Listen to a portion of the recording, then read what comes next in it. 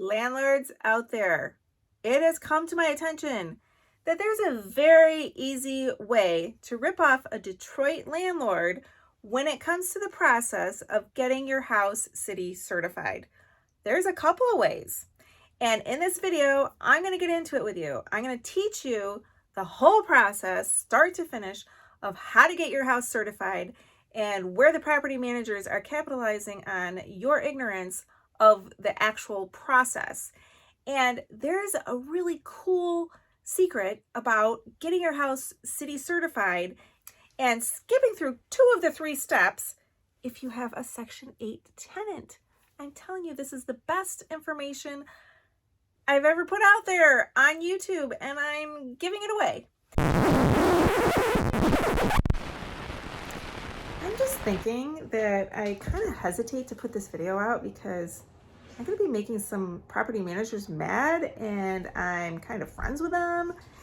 So I'm thinking, if you want more information like this, you really want me to keep spilling the beans about these industry insider information that a lot of people don't even know, it really helps me if you push the like, subscribe, share, comment. That helps the algorithm, and YouTube will thank me at least. So just give me a thumbs up, please. Thanks. So be sure you check the chapters below to get right to the part that you are the most interested in. I'm Monique Burns. My husband and I, we buy houses in Detroit. We renovate them and we sell them to investors from all over the country and all over the world.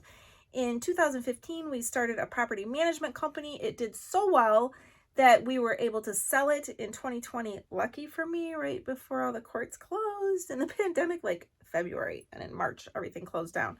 Anyway, we sold our property management company.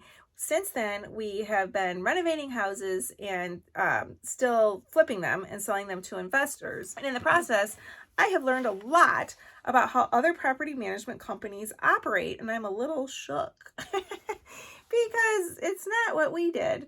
I mean, I still know some good property managers. I also know some bad ones. But I learned that they don't seem to, and I keep going, do they not understand the CFC process? Have they been misled, or are they just misleading you? And I sure hope it's not the last thing, but they might be. But education for you is what I'm after in this video. So let's get into the whole CFC process. It's 3 simple steps. You go online and you register. I did make a blog. Definitely go check out my blog because on it, there's a link to register. The hardest part about registering is finding the actual page where to register. So if you can find that page, we're talking 5 minutes to register the house. Registering a house in Detroit, all it means is you're saying who the landlord is and who the property manager is. The next step is you have a lead paint test. I go into details on my blog what that's all about, but basically it's a $500 test. You get that test, and there's a way to submit that to the city, which took me forever to figure out how is the easiest way because you have to have a computer science degree to do it on their website. So I found a secret way, which is also in my blog. I won't bore you with all that. And then the 3rd step is that you get the house inspected. And the city uses outside inspectors that are very much by the books, and they're very fair. And it's just about safety issues. And I think it's like $159, maybe $160. And they come twice for that price, and they get it inspected. And once that's done and you submit that, then you are mailed the certificate of compliance. Now, property managers charge you to go through this process. And I have seen between $250 to $1,100. Now, the $1,100, I'm not really sure if that includes the lead paint test, which is around $500. But I'm like, whoa, that's a lot of money to be paying your property manager to do this process if you don't need to have it done. That's what I'm finding out. So when I sell houses, which we're actually not selling too many anymore because the profit's not really there anymore. But when I sell houses, I'm selling them with a Section 8 tenant in them, or I'm selling them with the steps done. I've done the lead paint test, which was $500. We had the city inspector there the first time that they said, fix this. The second time they said, yes, you fixed it. So I've had those steps done. So the new owner, all they have to do is go in, and they register, and then they submit my documents. Now, in that time period that I had a property management company, some of the houses did get the certificate of compliance, and then the owners have had the houses for a long time and they're ready to sell, and I've sold them, and I have told the owner, yes, it had a certificate of compliance. And this came up recently where an owner said, well, you said it did, and my property manager made me go get it all over again, pay for the city inspection. And then, the city's always going to call something out. So there was more stuff to fix, and then pay for the lead paint test, and then pay that $500 to $1,100, whichever property manager they ended up with, to do this process for them on top of the $500 lead paint test. And I'm like, that's not even possible. So I did my own investigating, and I called the city and to find out, now, how does this work? Here's what I learned. The registration goes with the owner. So if I registered it and then you take the house, you need to register it, that it's now your house. But the certificate of compliance and the lead test are attached to the house. So what happens is, and why these property managers are redoing it, is because this is what the city will do. So my new owner gets it all registered with the new property management company, and the city opens up the email and says, oh, we've got a live one. Yay. We can make money off this person. There's another income revenue for the city. So they're like, great. They registered. They have 60 days to do the CFC and the lead test. Those were already done. But they've got 60 days to do those. So I'm going to mark my calendar. So the city marks their calendar 60 days from now. We're sending our ticketers out there to say, you didn't do it. You didn't get these things done. And those tickets are steep too if you didn't do those things. But the city doesn't look and say, oh, they already have the CFC. So I called. I asked the receptionist who answered the phone. She didn't know. I could tell she didn't comprehend the question I was asking her. And it was very, very hard to get from her to a supervisor. But I had to ask for a supervisor. I got to the supervisor. I said, so if I already have a house that already has a CFC and it already has a lead test, all that stuff is done, you can then attach that to the registration? Yeah, you just have to let us know. So there's no reason why, if you're buying a house that already has that done, that your property manager should go out and do it all over again, unless they just want to bill you, right? I'm going to tell you the secret about Section 8. This one's even better.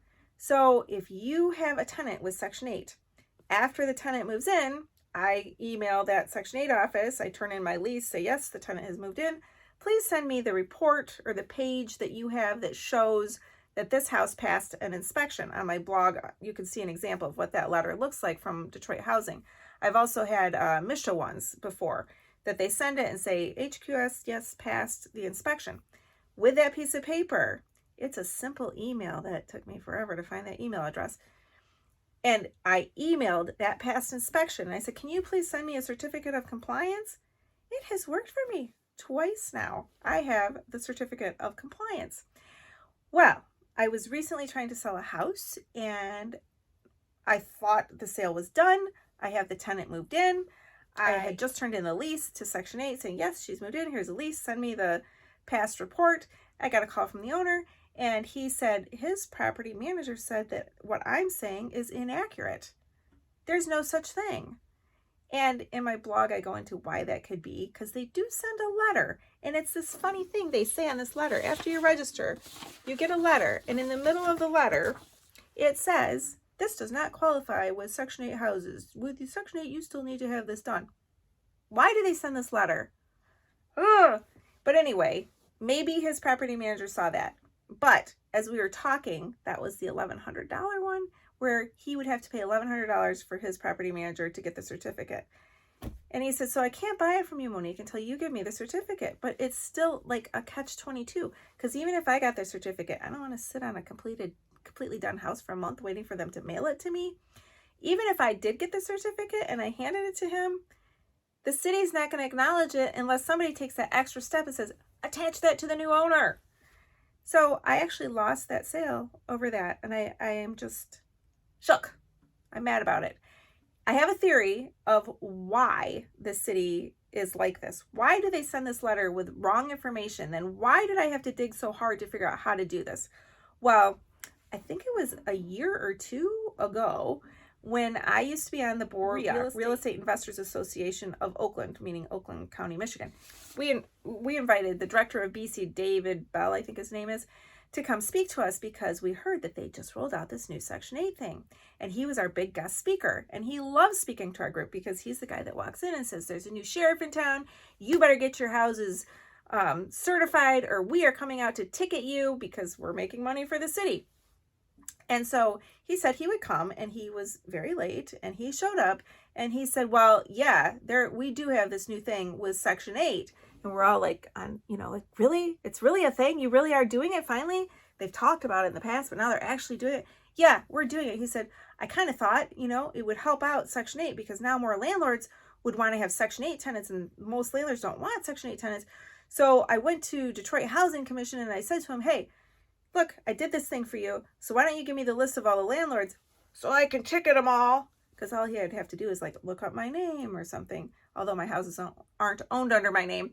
But he could look up one owner and figure out all the rest of their properties and send the people out to ticket them. And Detroit Housing said, yeah, that's cool. You did that. We don't really care that you did that. But we're not going to give you any of those names because of privacy issues. And so we were all like, wow, he just said that to all of us. No wonder his receptionist doesn't know. No wonder they hide it on their website. It's on their website. I printed it off so I could tell you. It says steps to obtain a rental certificate of compliance for federally inspected properties. Now, the first time I read that, my mind went, federally inspected? What does that mean? Like, is it like the Native American thing? Or what's federally inspected? And I'm like, oh, they're hiding Section 8. Federally inspected. To us, everybody, the street word is Section 8. Okay, so they're hiding Section 8. So then we all had questions for this David Bell, and he's like, nope, not taking any questions. I have a different dinner engagement. And he was out the door. And we had this big room full of people. So I think it kind of backfired on him, so it's not very well known. But I know about it, and I'm telling you about it. And stop spending all your money paying your property manager to get your house city certified. Just do it yourself. Just do it yourself. Because who's going to go through? Do you know how hard it was to get through that receptionist, to get to a supervisor, to attach the registration and the certificate? Oh my gosh, it was very hard. And if they're Section 8, you have to know the process. And don't assume that your property manager is going to know the process. You might have to teach them, or you might just have to do it yourself, but you really have to be proactive because that will save you a lot of money. And I appreciate you watching this. It helps me tremendously if you like and subscribe. It is very motivating for me to make you more informational videos like this. Thanks for watching.